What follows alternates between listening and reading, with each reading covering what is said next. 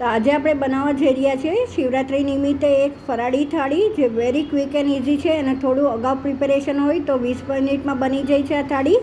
તો ચલો જોઈ લઈએ રેસીપી અને બનાવી પણ લઈએ.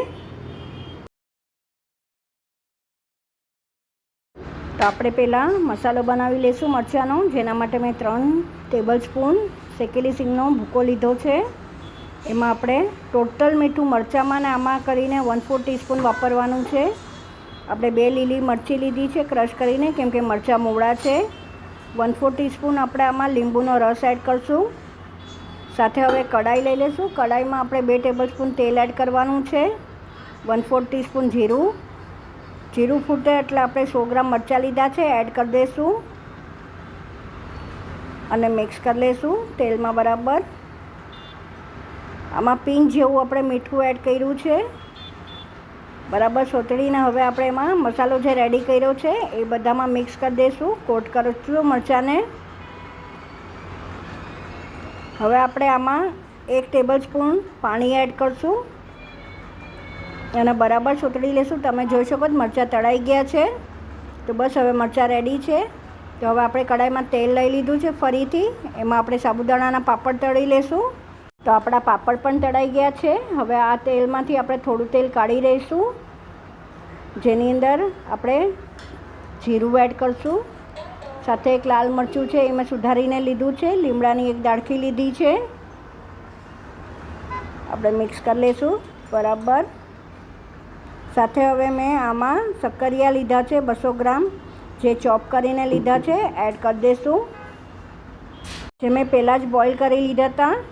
હવે આને એકદમ જ તેલમાં સોતળી લઈશું અને આપણે થોડુંક સ્વાદ અનુસાર આમાં મીઠું એડ કરશું. તેલમાં સોતળાવા દઈશું.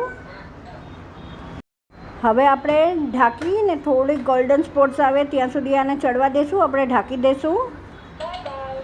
સાથે જ હવે જોઈ લઈએ થઈ ગયા છે, સેજ કડક થઈ ગયા છે શક્કરિયા, જેની અંદર મેં 1/4 કપ સિંગનો ભૂકો લીધો છે.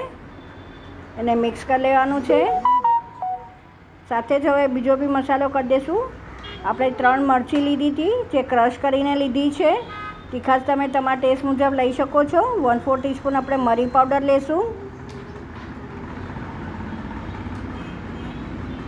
સાથે ઇક્વલ પ્રોપોર્શનમાં આપણે શેકેલું જીરું લેશું. હાફ લીંબુ છે મેં સ્ક્વીઝ કરી લીધું છે. તમે તમારા સ્વાદ મુજબ લઈ શકો છો. હવે આપણે બધું મિક્સ કરી લઈશું. મસાલો થઈ ગયો છે આપણો. સાથે હવે આપણે કોથમરી એડ કરી અને સૂકી ભાજી ઉતારી લઈશું. તો હવે આપણે કેળા વઘારી લઈશું. આપણે પેનમાં 2 ટેબલ સ્પૂન ઘી લઈ લઈશું. સાથે જ આપણે એમાં 2 કેળા ચોપ કરીને એડ કરવાના છે. બરાબર ગોલ્ડન જેવા થાય ત્યાં સુધી એમાં આપણે 1/4 ટીસ્પૂનથી ઓછું સંચળ પાવડર એડ કરશું. એટલું 1/4 ટીસ્પૂન મરી પાવડર પણ એડ કરશું. બરાબર કોટ કરી લઈશું. કેળા આપણા પાકા છે તો બહુ રોસ્ટ નથી કરવાના. તો રેડી છે આપણા કેળા બી. સાથે આપણે થાળી પણ એસેમ્બલ કરી દઈએ. તો સૌ થઈને રેડી છે મારી ફરાળી થાળી, જેમાં મેં પરોઠા બનાવ્યા છે એ સાબુદાણા બટેટાના પરોઠા છે અને સાથે મોરૈયાની ગુલકંદના ફ્લેવરવાળી કેસર ઇલાયચી ખીર બનાવી, જેની રેસીપી મેં ઓલરેડી મૂકી દીધી છે.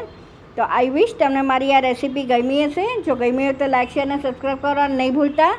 બસ આવી જ નવી રેસીપી સાથે આપણે ફરીથી મળતા રહીશું. Till then by, take care.